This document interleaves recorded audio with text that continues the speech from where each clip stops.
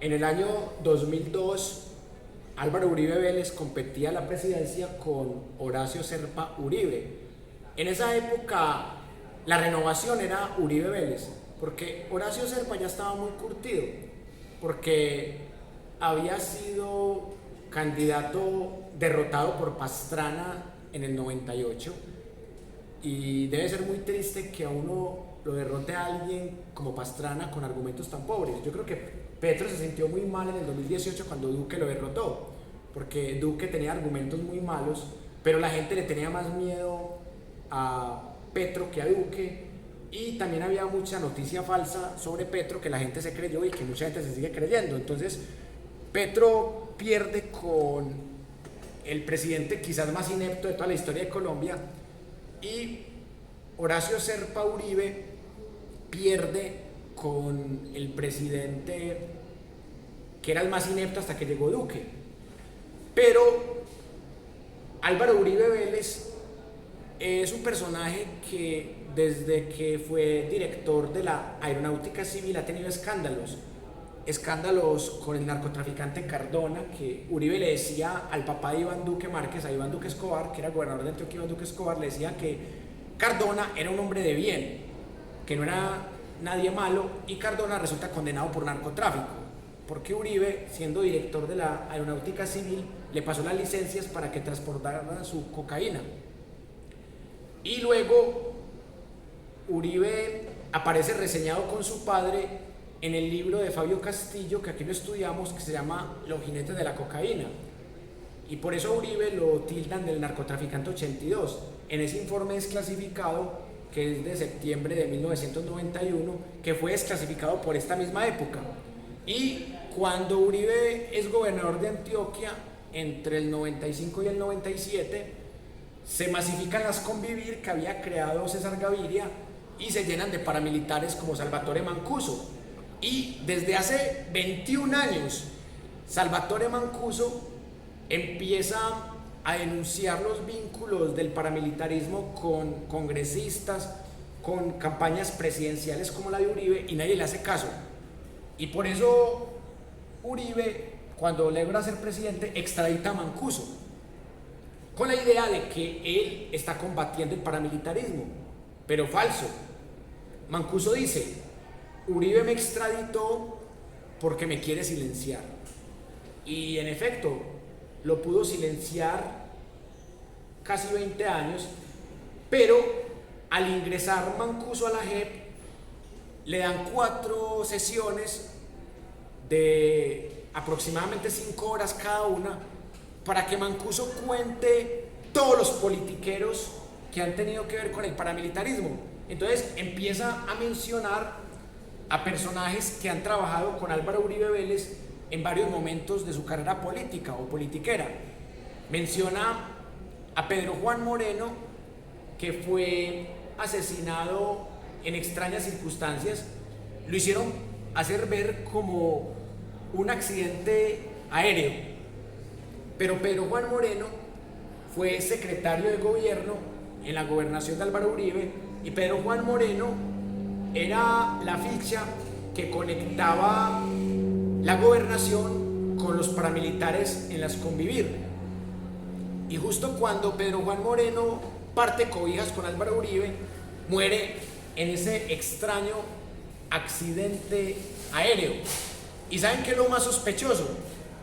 Que por esos días que muere Pedro Juan Moreno, asesinan a 2 personas que trabajan en el aeropuerto, que esas personas tenían conocimiento del accidente aéreo y de las condiciones del accidente aéreo de Pedro Juan Moreno. O sea, matan a 2 personas que tenían todas las pruebas para demostrar que lo que pasó con Pedro Juan Moreno fue un homicidio para silenciarlo. Y ya van 15 testigos que han asesinado, que son testigos claves en los procesos judiciales contra Álvaro Uribe Vélez o contra la familia de Uribe Vélez. Y acá, en este debate presidencial del 2002, en donde los más opcionados eran Uribe y Serpa, Uribe dice que él nada que ver con las guerrillas, por ese lado yo le creo, pero por el otro dice que nada que ver con los paramilitares.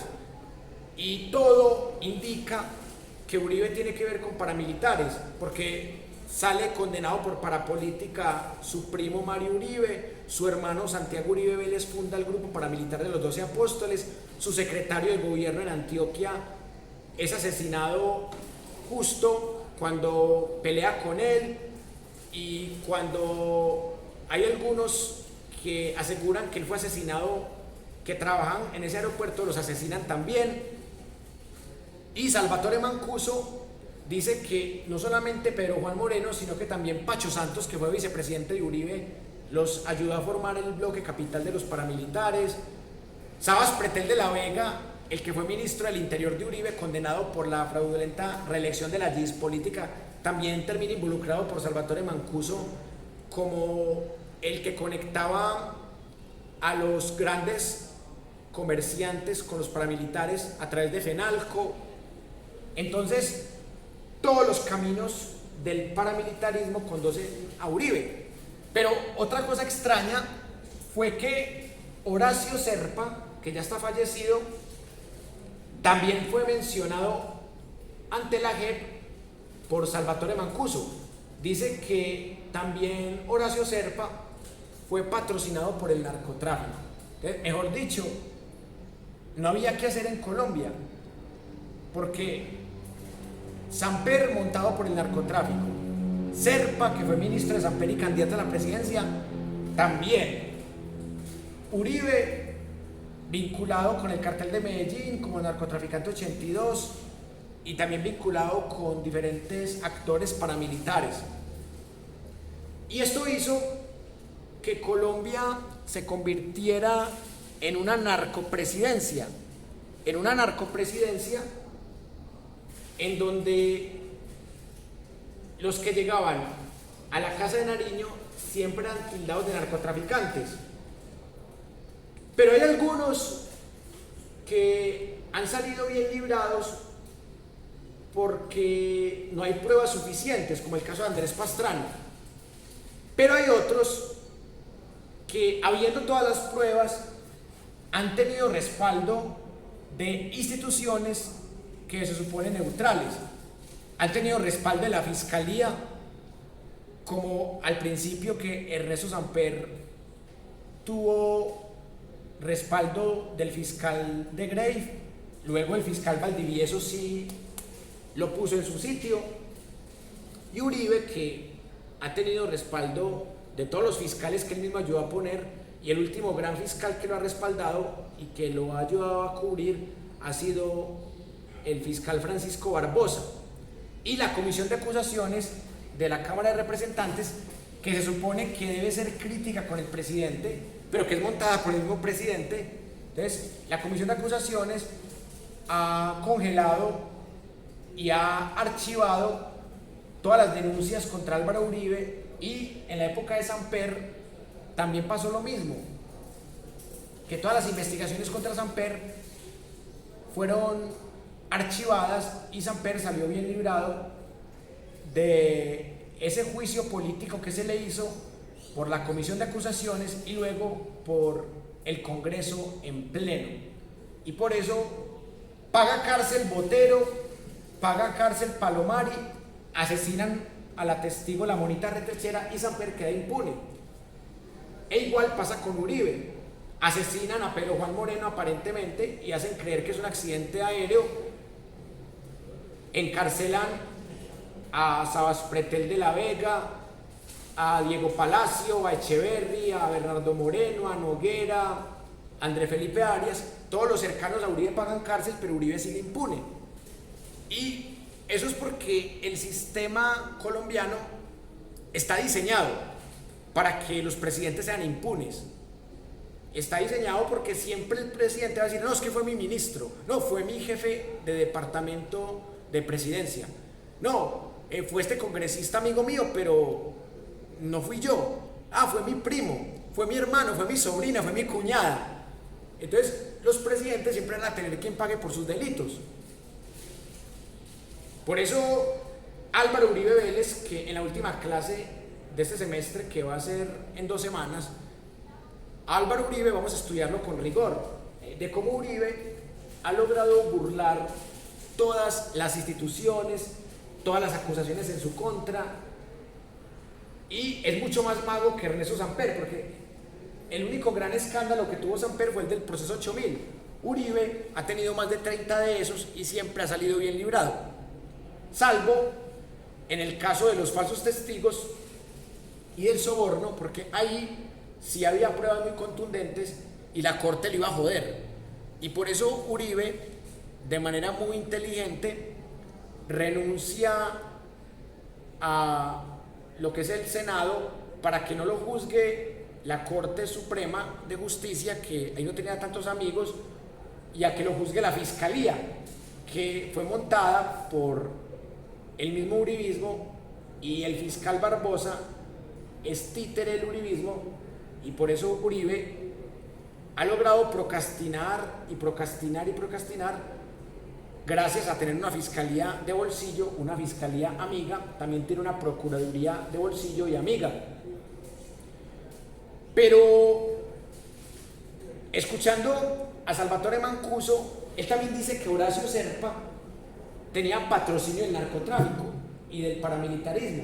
Entonces, miren que así Serpa le hubiese ganado a Pastrana, de todos modos hubiese sido terrible para el país. Y uno dice, ¿qué razón tendría Salvatore Mancuso para ensuciar a un muerto como Serpa o ensuciar a un muerto como Pedro Juan Moreno? Es porque Mancuso tiene que contar todo lo que sabe, porque es la última oportunidad que tiene para ser juzgado desde la JEP y lograr rebaja de penas a cambio de verdad. Y Salvatore Mancuso reveló algo aterrador, y que por fortuna el gobierno de Venezuela va a colaborar para investigar eso. Dice Salvatore Mancuso que cuando él era jefe de los paramilitares en el Catatumbo norte de Santander, que asesinaron a más de 200 personas que eran enemigas de los gobiernos de la época como de Uribe, y que esas 200 personas fueron calcinadas y algunas fueron arrojadas en Venezuela o en límites con Venezuela, y que incluso antes del gobierno de Chávez, que el gobierno de Venezuela les permitía tirar cadáveres allá, y por eso hay cuerpos que nunca han aparecido. Y esta es la oportunidad de que el gobierno de Petro y el gobierno de Maduro empiecen a buscar cadáveres en la frontera. Así que van a encontrar cadáveres y van a haber familias que por fin van a descansar, y también van a haber familias que por fin van a encontrar algo de paz, pero también de verdad. Y varios politiqueros que tuvieron que ver con paramilitares están temblando, porque al aparecer cuerpos van a aparecer más posibilidades de comprobar delitos, y por eso hay que estar muy pendientes de lo que diga hoy y mañana, que son los últimos días que tiene Mancuso en la JEP, para ver qué más verdades cuenta. Entonces, si analizamos el discurso de Uribe contra Serpa, Uribe se supo vender como el independiente, porque ni siquiera se presentó por el Partido Liberal. O sea, Uribe ya era un disidente del Partido Liberal para el 2002. Se presenta por firmas con un movimiento independiente. Dice que Serpa representa la politiquería, lo que queda del proceso 8000, y Uribe vende un discurso de seguridad, de que viaja por Colombia, de que los ricos vuelvan a las finquitas, y con ese discurso gana en primera vuelta de manera abrumadora. Y Uribe logra acaparar los medios masivos, logra ganarse la simpatía de Caracol y RCN, que son los medios más vistos, también de la prensa más leída, logra ganarse la simpatía del Tiempo, por eso termina Juan Manuel Santos metido también en el uribismo, El Espectador. El único medio que es tradicional y medio lo critica es la revista Semana, pero en esa época la revista Semana era muy poco leída, no es el monstruo informativo de la actualidad. El periódico El Colombiano es totalmente uribista, conservador, y en esa época no había redes sociales todavía, y los pocos medios alternativos que había eran de partidos como el Polo Democrático Alternativo, pero esos medios casi nadie los leía. Entonces Uribe logra tapar su pasado oscuro y justificar su presente de mano dura. Entonces él dice que mano dura con la criminalidad, repite la tesis de José Obdulio que al terrorismo no se le combate con diálogo, sino que se le combate militarmente, que no se le permite negociación al terrorismo. Pero él termina disque negociando con los paramilitares. O sea, ¿qué mensaje da Uribe al negociar con paramilitares? Dice que ellos no son terroristas, porque si él dice que con los terroristas no se hace negociación, sino que se les derrota militarmente. Pero él, ¿cómo iba a derrotar a los paramilitares militarmente? Si los paramilitares eran amigos y súbditos suyos. Eso sí, cuando él ve que los paramilitares, como Salvatore Mancuso y como Don Berna, empiezan a hablar más de la cuenta, los extraditan. Y así, con ese tema de la ley de justicia y paz, él logra callarlos. Y por eso quiero que analicemos esa parte tan interesante de la historia, de lo que se conoce como la ley de justicia y paz, algo que claramente benefició a los paramilitares de tal modo que ellos pudieron tener acceso a unos beneficios, pero muchos de esos paramilitares empezaron a delinquir de nuevo como bandas criminales. Pero para poder entender la política de justicia y paz de Uribe, hay que entender algo que venía del gobierno de Andrés Pastrana, el Plan Colombia del año 2000, que era un dinero que Estados Unidos le aportaría a Colombia para combatir el narcotráfico. Entonces, dice así: en 1997, Colombia se presentaba como un estado políticamente inestable y a su vez como un riesgo para inversores extranjeros.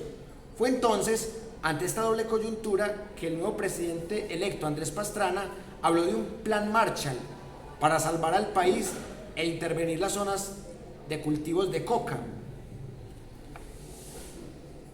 Y acá entra el Plan Colombia. Tras múltiples debates que iban desde el impacto del plan hasta la proporcionalidad del apoyo económico entre lo militar y lo social, el Congreso americano aprobó en junio del año 2000 la ayuda económica para Colombia. El plan se justificó esencialmente en la aplicación de una nueva política exterior de Estados Unidos y su modelo de lucha contra las drogas. Frente al aspecto militar, varias fueron las medidas aplicadas para la reestructuración. Un cambio en el enfoque doctrinario, el cual mezcló guerra irregular con lucha antinarcóticos, impuestos al patrimonio que serían invertidos para financiar planes de choque y apoyo en términos de materiales de guerra, helicópteros y equipos de inteligencia. Y por eso, ya para el año 2011, la fuerza pública ascendía a 436.380 efectivos, de los cuales 276.776 pertenecían a las fuerzas militares y 159.582 a la Policía Nacional. El personal militar estaba distribuido así: 96.734 eran soldados regulares y bachilleres y 20.645 eran soldados campesinos y 85.611 eran soldados profesionales. O sea, ¿qué fue lo que hizo Estados Unidos con el Plan Colombia?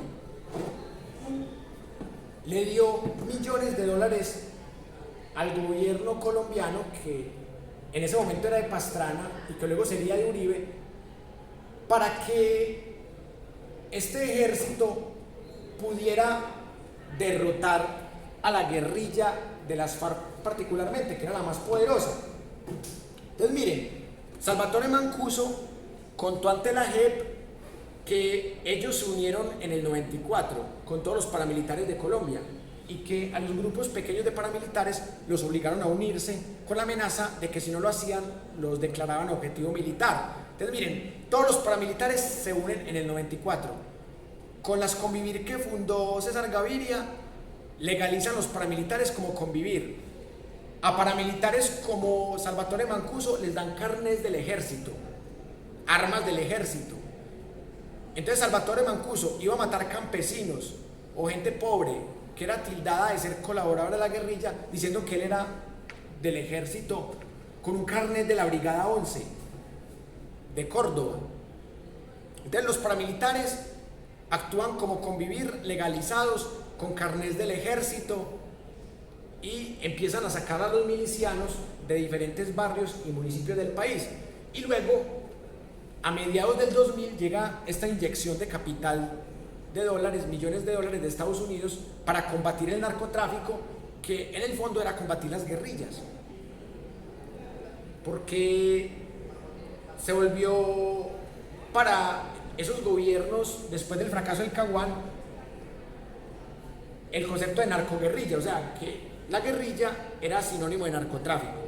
Entonces casi todo para matar guerrilleros. Y si algo hizo Uribe, fue matar guerrilleros. Incluso le alcanzó para matar 6.402 que eran campesinos y presentarlos como guerrilleros. O sea, había que mostrar resultados a como diera lugar. Y eso también es el principio de los falsos positivos. Entonces miren que todo está conectado en la historia reciente de Colombia. Decreto presidencial de Gaviria, Convivir, unión de paramilitares, unión de mafias, paramilitares, narcotraficantes, politiqueros, policías y militares, dinero y tecnología de última moda militar para acabar con las guerrillas, con el Plan Colombia, y mano dura de Uribe. Entonces, las fuerzas militares se fortalecen demasiado en la época de Uribe, y por eso hay tantos militares que tienen nostalgia de Uribe, porque si algo no se puede negar es que Uribe se portó muy bien con gran parte de las fuerzas militares y de policía. Miren que en estos días había unos militares retirados protestando en contra de Petro, pero es porque son uribistas y adoran a Uribe, porque a Uribe les dio de comer y porque Uribe les pagó bien, les pagó muy bien, porque Uribe tenía con qué pagarles muy bien por el tema del Plan Colombia del 2000. Entonces uno entiende que esos militares den la vida por Uribe. Lo que uno no entiende es que el expresidente de Acore, el militar, el coronel retirado John Marulanda, diga que hay que darle un golpe de estado a Petro como el que se le dio a Castillo en Perú, porque eso nos devuelve a la época de Rojas Pinilla, cuando se daban golpes de estado de esa manera, y por eso ha sido tan criticado Marulanda. Pero Marulanda fue sincero y luego tuvo que contradecirse y gaguear y tirar las